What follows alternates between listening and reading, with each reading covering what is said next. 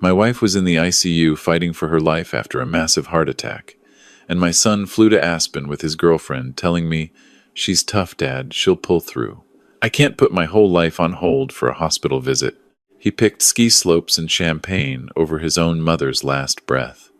But when he came home and opened the front door, he found something on the kitchen table that dropped him to his knees. Before we continue, please subscribe to the channel and let us know where you're listening from in the comments. The coffee had gone cold 2 hours ago. I hadn't touched it. Just sat there in the dark kitchen staring at my phone, the screen dimming every 30 seconds, my thumb tapping it back to life. Ruth's contact photo smiled up at me. Taken at our anniversary dinner last June, 43 years. She wore that blue dress I loved. Candlelight caught the silver in her hair. The house was too quiet. No television playing Jeopardy in the living room. No Ruth humming while she folded laundry. Just the refrigerator cycling on and off and the baseboard heaters clicking. February in Minnesota. 18 degrees outside. Felt colder in here. I picked up the phone. Scrolled to Dylan's name. Pressed call. 6 rings. I counted every one. "Hey, Dad." Background noise. Music thumping. Glasses clinking. A woman laughing close to the microphone. "What's going on?" "Not how's Mom? Not any update?" "What's going on?" "I'm calling about your mother, Dylan." "Right. Yeah. How's she doing?" "She had another episode this afternoon. They moved her back to the ICU." Pause. Someone said his name. Muffled. He covered the phone, said something I couldn't hear, came back. "That's rough." "But she's stable now?" "Stable isn't the word Dr. Chowdhury used." "Dad, look, I'm at Megan's parents' dinner thing. Can I call you in the morning?" "Your mother is asking for you." I know she is. But I literally just sat down. Megan's dad made reservations at this place 3 weeks ago. "Dylan, I'll come this weekend, okay? Friday. I'll drive up Friday." Friday is 5 days away. "Dad, I can't just drop everything. I have the Aspen trip Wednesday through Sunday. I told you about this 2 months ago." I stood up. Chair scraped the linoleum. "You're still going to Aspen?" "It's Megan's family trip. Her dad booked the whole lodge. I can't bail on them. Your mother is in the ICU." His voice shifted. Controlled. Practiced. "She's tough, Dad. She'll pull through. I can't put my whole life on hold for a hospital visit." That sounds harsh, but my therapist says I need to stop letting guilt dictate my decisions. I couldn't speak for 5 seconds. Maybe 10. "Dad, you there?" "Your therapist." "Yes. Dr. Feldman. I've talked about this. Setting boundaries with family expectations." Boundaries. I repeated the word. Tasted like ash. "Your mother can't breathe on her own, and you're setting boundaries. You're doing the guilt thing again. I gotta go." Megan's waving me over. "Dylan, wait." "Love you, Dad. Give Mom a kiss for me." "I'll text tomorrow." Click. Call ended. 1 minute 47 seconds. I set the phone face down on the counter. Stood there. Kitchen dark except for the light above the stove. Ruth always left that light on. Said the kitchen shouldn't be completely dark. Made the house feel abandoned. 9 steps to the living room. Hardwood floor, the plank near the doorway still creaked. Ruth and I argued about fixing it for 30 years. Never did. The mantel held photographs in mismatched frames. Dylan at 4, sitting on my shoulders at the state fair, cotton candy stuck to his eyebrow. Dylan at 7, holding a walleye he caught at Lake Vermilion, fish almost bigger than him. Dylan at 12, baseball uniform, bat over his shoulder, missing a front tooth from a line drive at practice. Ruth at the emergency room that night, holding an ice pack to his face, still smiling. Dylan at 17. Prom night. Rented tux. Ruth ironed his shirt 3 times because the collar wouldn't lay flat. She drove 40 minutes to Duluth to find the exact shade of boutonniere that matched his date's dress. Coral pink. She called 6 florists. Dylan at 22. College graduation. University of Minnesota. Business degree. Ruth cried so hard her mascara ran down to her chin. I took a photo of that, too. Both of them laughing, her wiping her face with his graduation cap. I picked up the frame. Graduation day. Studied his face. That grin. Those eyes. Ruth's eyes. Same shape, same warmth. At least they used to be warm. I turned the frame face down, left it there. The clock on the wall ticked. 9:15. Visiting hours ended at 8. I'd come home because Ruth made me. Told me I looked terrible. Told me to eat something and sleep. I'd done neither. My phone buzzed from the kitchen. Didn't check it. Probably Dylan texting something casual. An emoji. A thumbs up. The language of someone who doesn't care enough for full sentences. Morning came gray and bitter. I drove to Fairview Hospital, 32 minutes from our house in Stillwater. Same route I'd driven 14 times in 14 days. I knew every pothole, every traffic light, every billboard. The elevator took me to the 3rd floor. ICU. The smell hit first. Always did. Chemical clean. Underneath it, something else. Something human and fragile. The nurses recognized me now. "Good morning, Mr. Callahan." She had a restful night, Mr. Callahan. Her vitals are looking a little better. They were kind. I held on to their kindness like a rope. Room 314. The door made no sound when I pushed it open. Ruth lay propped at a slight angle. Oxygen mask. IV lines. Heart monitor beeping its steady count. Her skin looked paper thin, bluish around her fingernails. Her wedding ring hung loose. I noticed that yesterday. Didn't say anything. "Morning, sweetheart." I kissed her forehead, cool and dry. Her eyes opened. Took a moment to focus. "Walt, I'm here. You look tired." Slept like a rock. Lie. Hadn't slept more than 3 hours in 2 weeks. I filled the plastic pitcher with fresh water. Set the tulips I'd brought from the gift shop on the windowsill. Yellow. Her favorite. $6. The petals were already soft. "Is Dylan coming today?" There it was, the question, every single day. My stomach dropped every single time. "He's got a work thing today, honey. Big client meeting.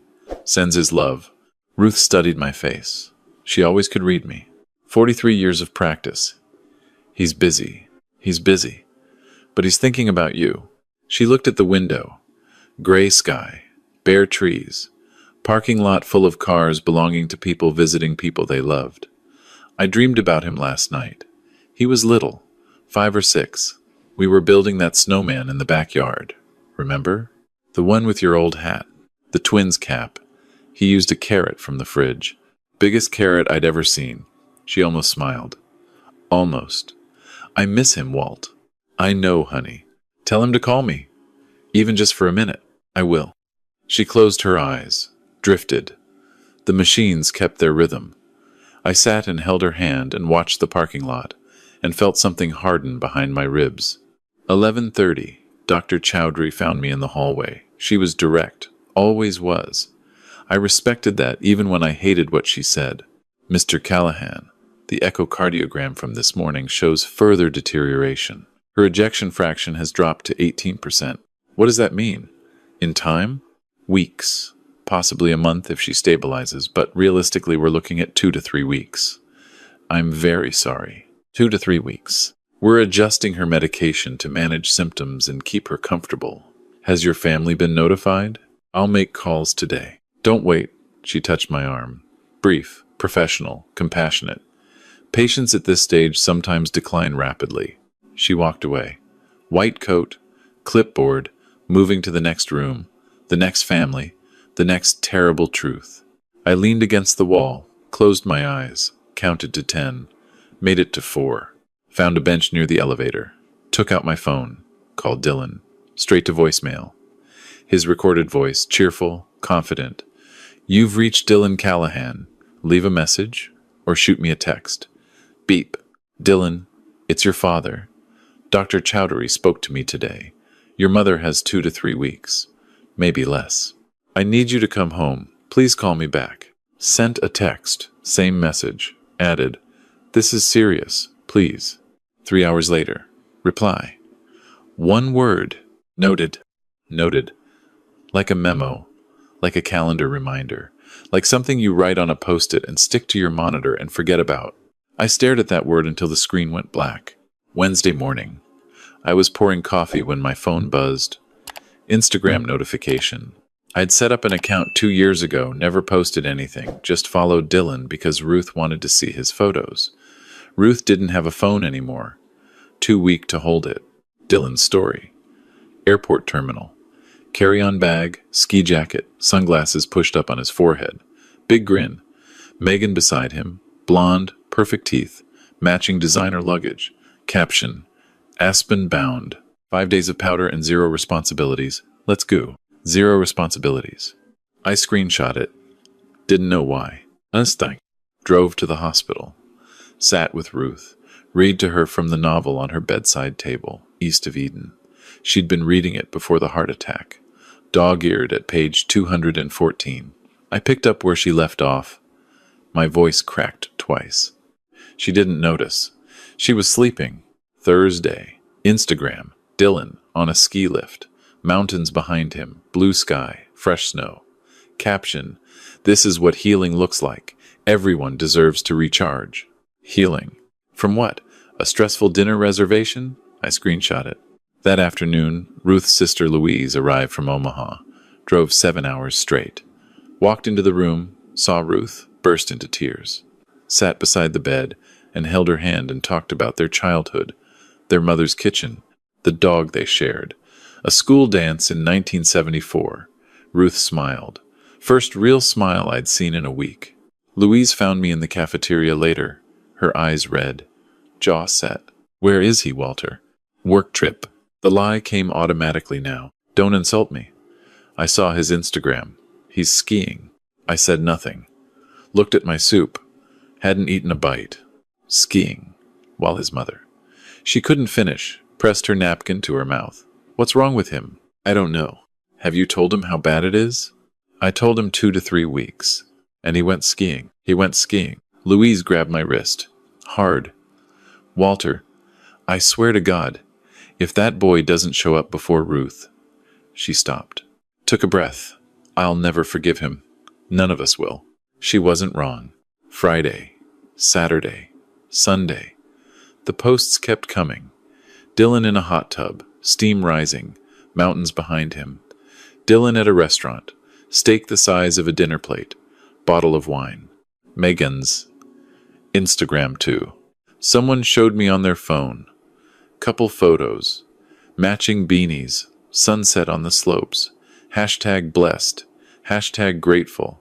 Hashtag living my best life. I printed each one at the library.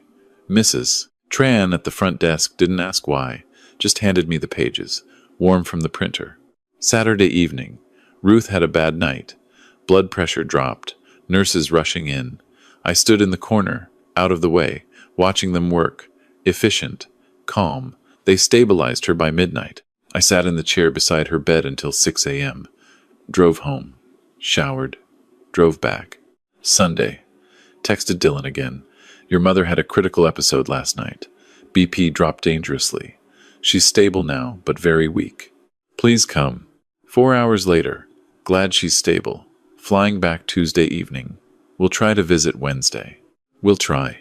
Monday, February 17th. I left the hospital at 2 p.m. Drove not home, but to the office of Richard Kwan. Estate attorney. Downtown St. Paul. 8th floor. Glass and steel. Lake view. Richard stood when I entered. We'd known each other 20 years. He'd drawn up our first will in 2004. Our daughter's godfather. Good man. Sharp. Walt. I'm so sorry about Ruth. How is she? Dying. No point in softening it. That's why I'm here. I need to change our will. He settled into his chair, pulled our file. Your current will leaves everything equally to Dylan as sole heir. Standard revocable trust. I want him to get nothing. Richard's pen stopped. He looked up, held my gaze. Nothing. Zero. Walt, that's... Are you sure? What happened? I opened my folder, placed the printouts on his desk. One by one. Airport selfie. Ski lift. Hot tub. Restaurant. Sunset.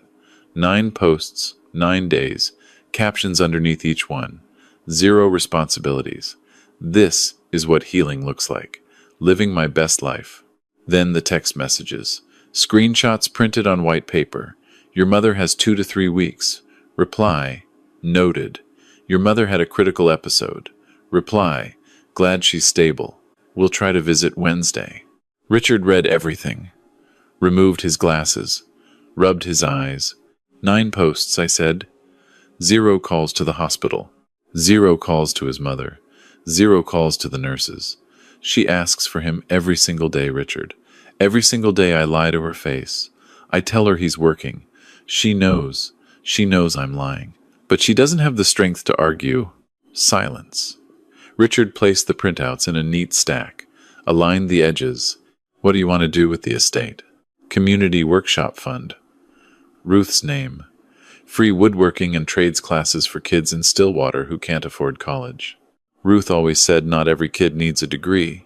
Some need a craft. She believed that. Richard typed. Occasional questions. Total estate value, $540,000.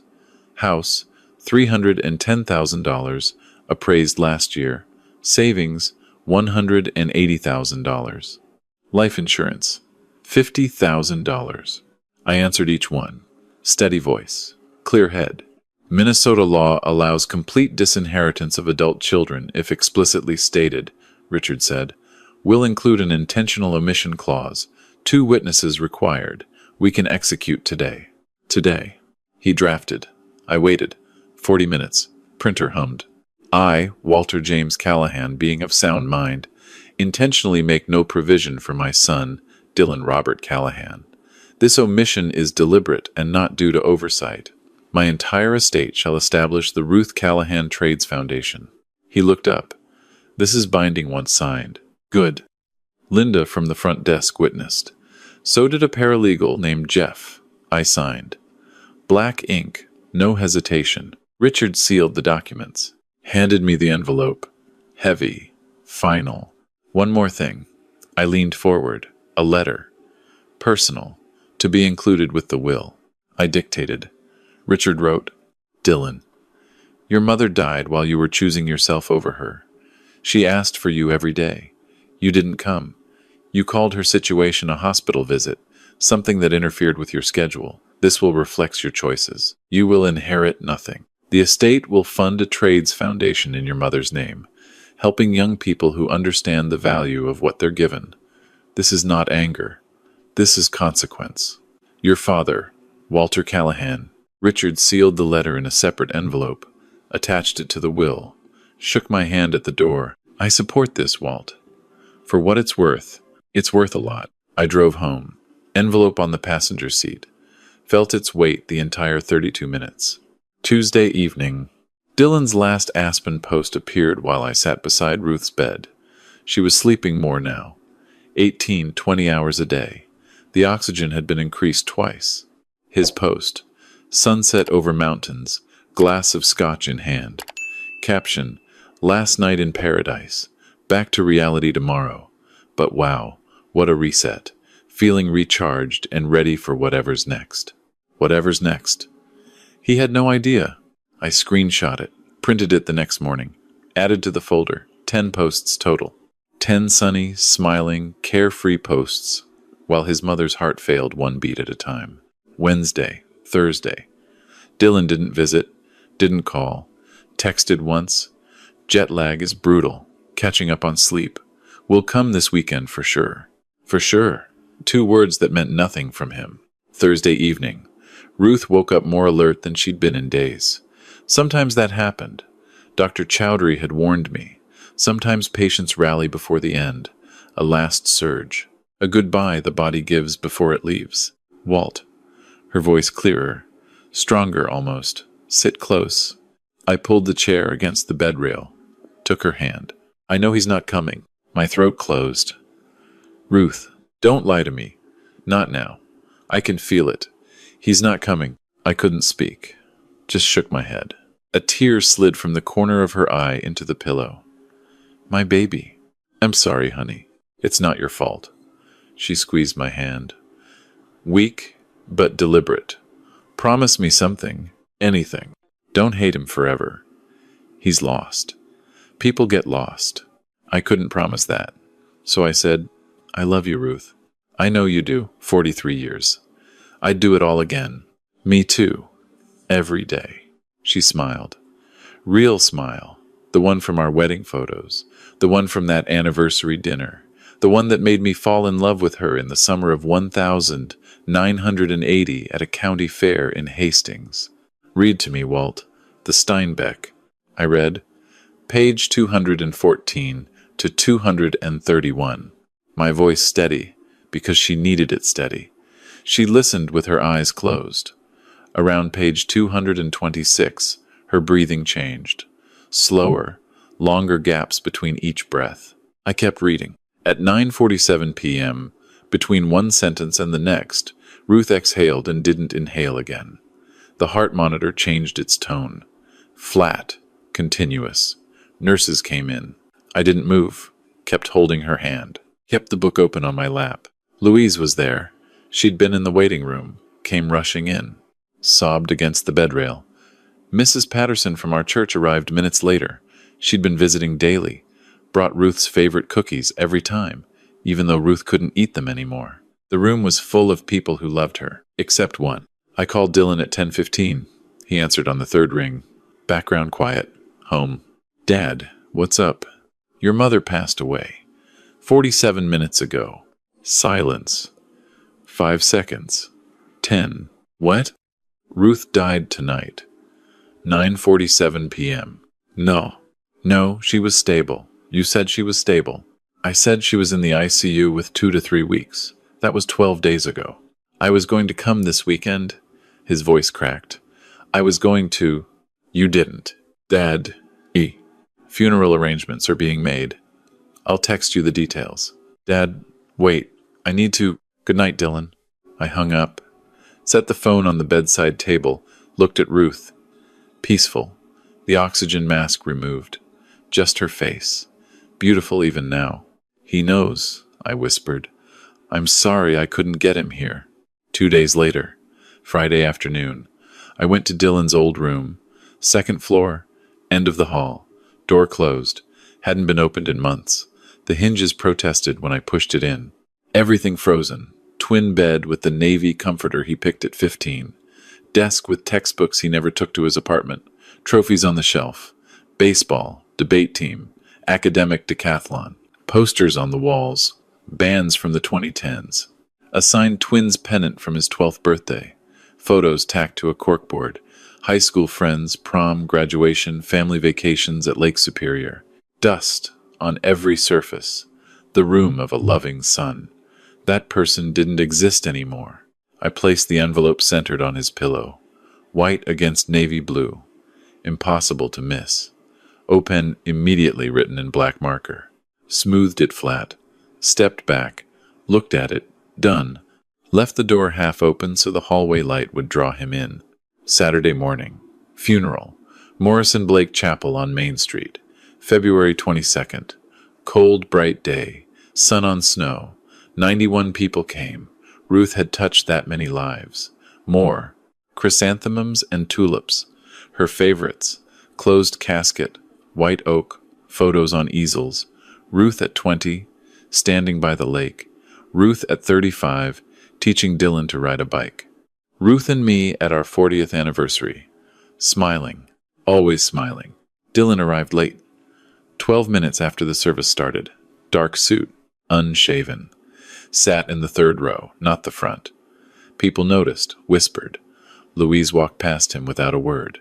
Mrs. Patterson gave him a look that could freeze Lake Superior solid. I stood at the podium. Ruth Ann Callahan was the finest person I have ever known. 43 years of marriage, and not one day did I take for granted.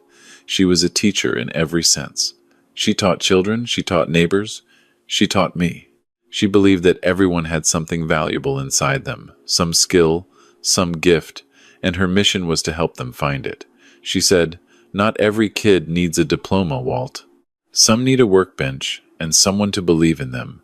Her name will live on." The Ruth Callahan Trades Foundation will give young people the chance to learn a craft, build something with their hands, and find their purpose. That's her legacy. That's who she was. I didn't mention Dylan. Not once. After the service, people came to me. Hugs, handshakes, tears. Dylan stood near the door. Alone. Nobody approached him. Word travels in a small town. Everyone had seen the Instagram posts. Everyone knew. He tried to hug me.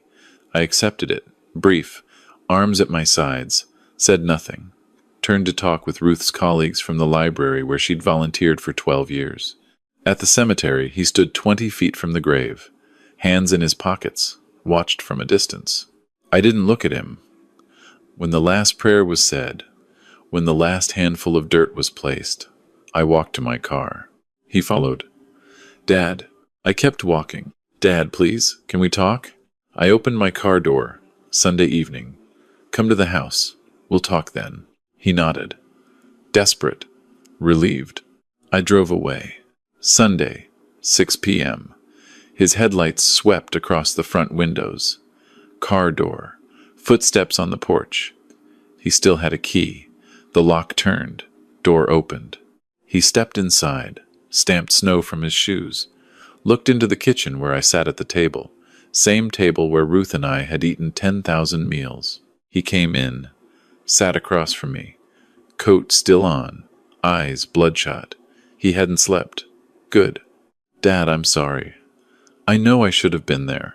I made a terrible mistake. I said nothing, reached under the table, pulled out the manila folder, set it between us. He looked at it, didn't understand. I opened the folder, took out the first printout, placed it facing him. Airport selfie, February 12th, Aspen bound, 0 responsibilities. His face went white. Second printout, ski lift. This is what healing looks like. Third, hot tub, mountains, steam, champagne glass. Fourth, restaurant, steak, wine, Megan smiling beside him. I placed them one by one. Methodical. Each photo paired with a date. February 12th. You posted this. I tapped the airport photo. That morning, your mother's oxygen was increased because her blood saturation dropped to 84%. Next photo. February 14th. Valentine's Day. You and Megan at a fondue restaurant. Your mother asked the nurse if her son had called. The nurse checked the log. He hadn't. Next. February 15th. You snowboarding. That afternoon, your Aunt Louise drove 7 hours from Omaha to sit with your mother. 7 hours. You were 40 minutes by plane. I kept going. Every photo, every date, every parallel. February 17th. You're in a hot tub posting about healing. Your mother's blood pressure crashed at 2 a.m.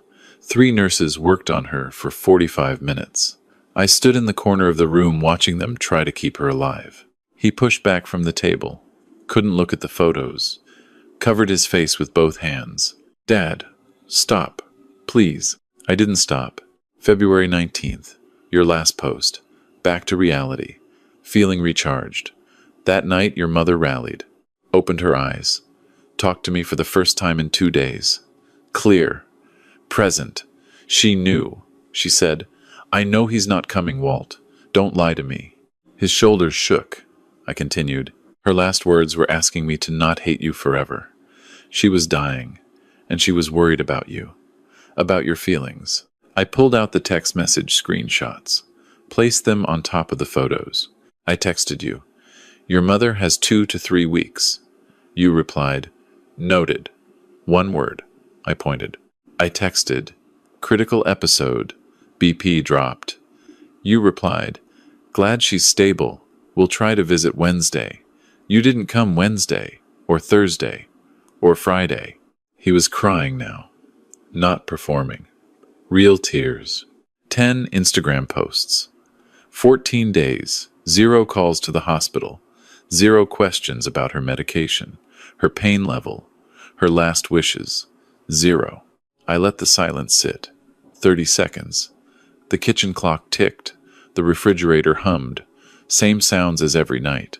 Except Ruth wasn't here. There's an envelope on your pillow upstairs, I said. Go read it. He stared at me. Red eyes. Wet face. What envelope? Go. He stood, legs unsteady. Walked to the stairs. I heard him climb. 14 steps. The creaking plank at the top. His bedroom door opening. Footsteps. 3 steps to the bed. Paper rustling. Envelope tearing. Silence. 10 seconds. 20. Then his voice. Reading aloud. Disbelief. I intentionally make no provision for my son, Dylan Robert Callahan. Louder now. Entire estate. Ruth Callahan Trades Foundation. $540,000. A sound I'd never heard from him. Something between a gasp and a moan. No. No, this isn't real. Footsteps. Fast. Coming down the stairs. He stumbled on the last three. Burst into the kitchen. Will in one hand. Letter in the other. Face contorted. Dad, this is a joke. Tell me this is a joke. It's not a joke. Signed. February 17th, 2 witnesses. Richard Kwan drafted it. You can't do this. He waved the papers at me. $540,000. The house. Everything. You're giving it all to some foundation? Your mother's foundation. I'm your son. Are you? That stopped him. Same way you'd stop a charging animal with a wall. He stood there, mouth open, papers trembling in his hands. Dad. Voice small now. Bargaining. I made a mistake. People make mistakes. I'll do anything. I'll go to the cemetery every day. I'll volunteer. Whatever you want. What I wanted was for you to sit with your mother while she was alive. Hold her hand. Tell her you loved her. That's all she needed. All she asked for. I was going to come that weekend. She died Thursday. You were sleeping off jet lag. He dropped into the chair. Will and letter clutched to his chest, rocking slightly. I didn't know what happened so fast. I told you 2 to 3 weeks. That was 12 days before she died. The math was there, Dylan. You chose not to do it. Megan's family. The trip was planned for months. Her dad. I held up my hand. Stop. You're 36 years old. You made a choice. Powder and champagne over your dying mother. Live with it. I'll contest the will. Go ahead. Richard Kwan is the best estate attorney in the Twin Cities.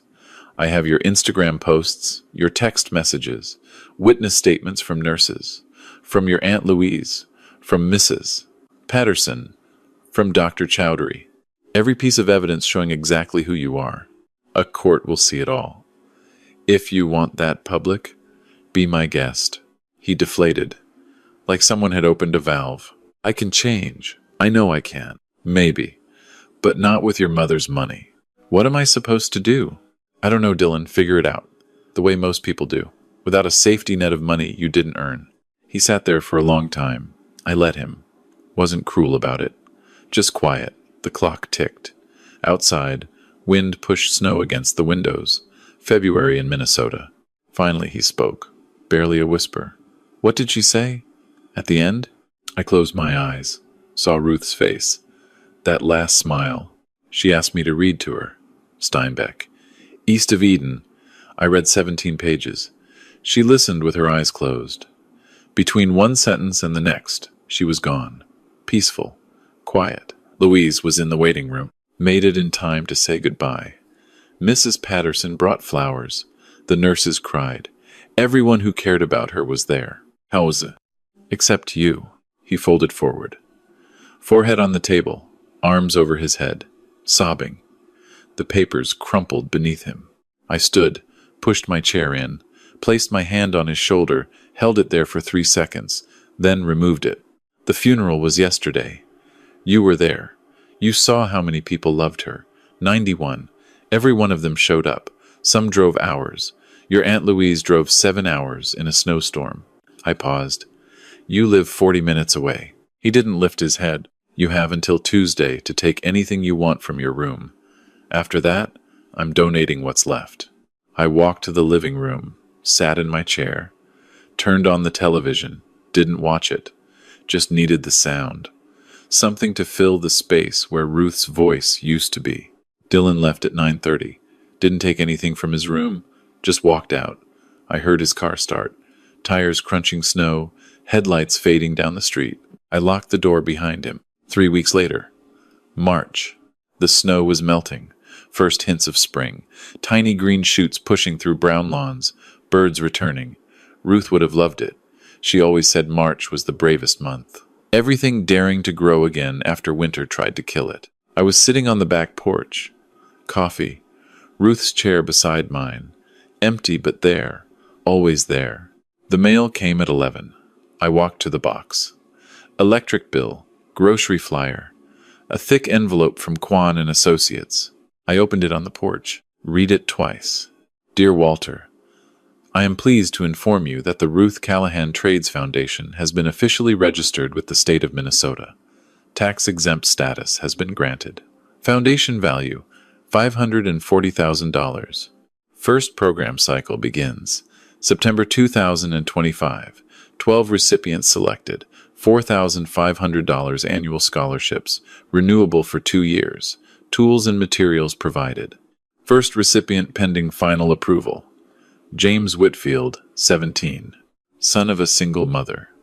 Works weekends at a hardware store. Wants to become a carpenter. 3.8 gigapascals. Volunteers building wheelchair ramps for elderly homeowners through his church. Exactly who Ruth would have chosen. Your wife's legacy is underway. Warmly, Richard. I set the letter down, looked at Ruth's chair, empty but full of her, full of 43 years. Took her photo from my wallet, the one from our anniversary dinner. Blue dress, silver hair, candlelight. That smile. I did it, sweetheart. Speaking to her the way I still did every morning. Every night. I know you'd say forgive him. You always were better than me. But I couldn't let someone who called your illness an inconvenience inherit what we built together. So your name helps kids now. Real kids. Kids like James, who works weekends and builds ramps for old folks and wants to learn what I spent my whole life doing. I looked at the yard, the garden beds Ruth had planned for spring, the birdhouse I built her for our 30th anniversary, the maple tree Dylan climbed as a boy, the one with the tire swing long gone. He lost more than money, Ruth. He lost you. He lost the chance to hear your voice one last time, to hold your hand, to tell you he loved you while you could still hear it. No amount of money equals that. He'll figure that out someday. Maybe. The sun broke through the clouds. First warm day in months. Light hit the snow, made it sparkle. The yard looked like it was covered in diamonds. I sipped my coffee. Warm this time. Actually drank it. Somewhere in Stillwater, a 17-year-old kid was about to learn he'd been given a chance. Tools, training, mentorship.